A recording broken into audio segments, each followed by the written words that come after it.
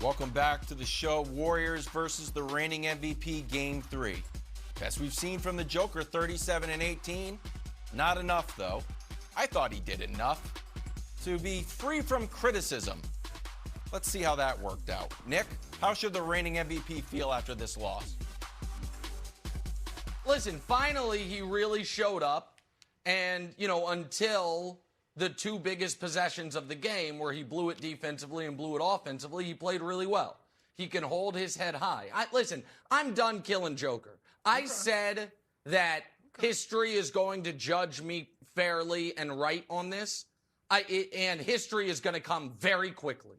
Because, Brew, when they announce he wins MVP, and his season is already over, and he might already be back in Serbia riding that chariot and not even there to collect the award, this thing's going to flip.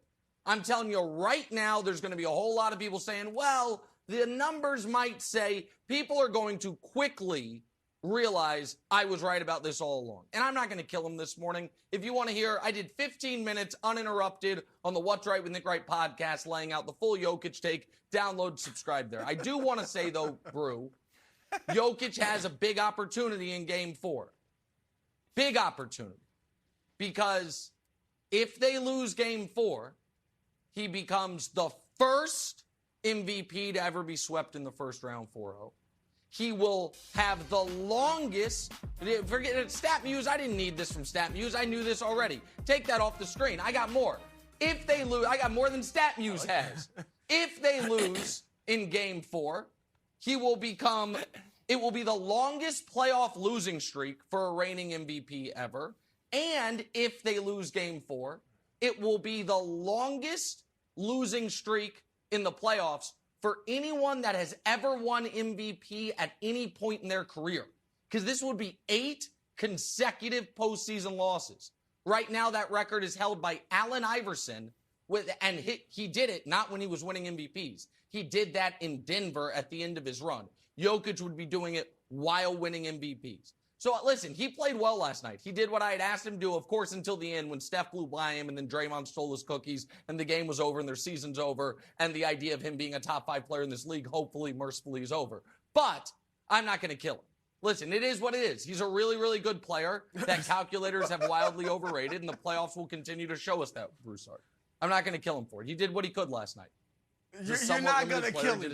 You just dropped about 7 daggers into him, real calm and collected, but you're not going to kill him. Look. No, I mean, it's over. I'm like you, Nick. I mean, Jokic is a phenomenal player. I am proud of my vote for him last year, and I'll say that loudly. And I didn't vote for him this year. I had him third. I didn't even have him second. I had Embiid second, Giannis first. But what I gotta say, Nick, and I've said this for the umpteenth time, it is a regular season award. What a player does in the playoffs following the MVP year, it doesn't matter. It's not even relevant because the votes are in. It's a regular season award. Now, what I'll say is this. It will affect him going forward. He won't get many more MVP votes for the next few years. I think the analytics guys will finally see the light, Nick, as you suggested.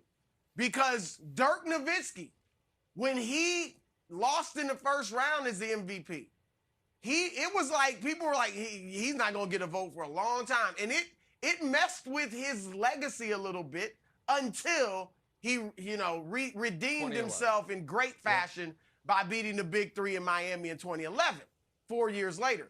But, Nick, I'm going to say this, too. Jokic, as you pointed out all the numbers, this is not the worst performance or postseason for an MVP winner.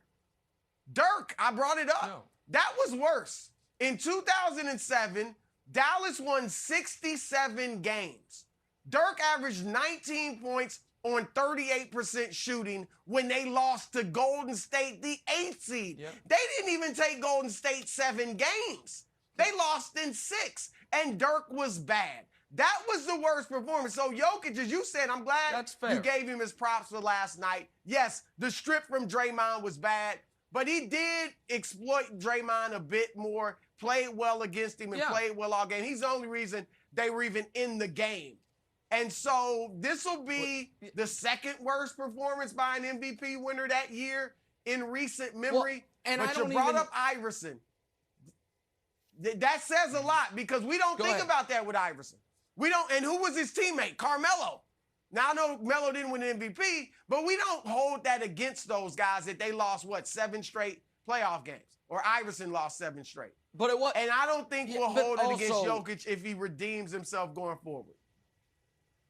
That was past, that was 7 years after Iverson had won the MVP. But Wilds, here's the thing.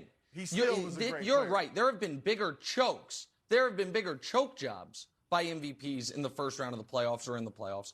But the reason my big pushback is when Brew's like it's a regular season award. But that's why we shouldn't give MVPs to six seeds. You shouldn't give MVPs to guys you expect to lose in the first round. That is the regular season. But isn't your right? And Brew agrees. Your issue is not actually with Joker. I do count. Your The only time I gave Joker. a 6 seed was Westbrook. Yeah, but Nick's argument has been misframed by the media at large. Like, your issue is not actually with Joker. It's with the media crowning Joker. It's with the analytic diehards crowning Joker. And this has been mixed up into a goulash of Joker slander. That's not what it is. It is the media overvaluing empty stats over winning basketball. That's why I'm just reframing your own point. And Wilds, and here's the other thing that I think the media has misrepresented. They keep saying he's without his second and third best player, and that is true. But if anyone in the world is watching this series, because the implication there is you have the best player in the world, Nikola Jokic, and he's without his second and third best players. If he's actually the best player in the world, does anybody actually think that if they had that this team that is going to get swept by Golden State, if they had Jamal Murray and Michael Porter Jr., who's a big question mark, that they're title favorites? Because that's the implication. You are not Jamal Murray away from being this bad. You're simply not. But the implication all year long has been, he would be having the 60-some wins and be the title favorites, Brew. They would be more competitive. They would be better. They wouldn't be the 6 seed. Jokic plus Jamal Murray plus the unknown that is Michael Porter Jr. is not winning the championship. And that's, Brew, how it's been presented all year long. That, if those guys were there, it's just not true. Right. Ben Simmons might be back. Is it a good idea or a bad idea? We'll discuss next.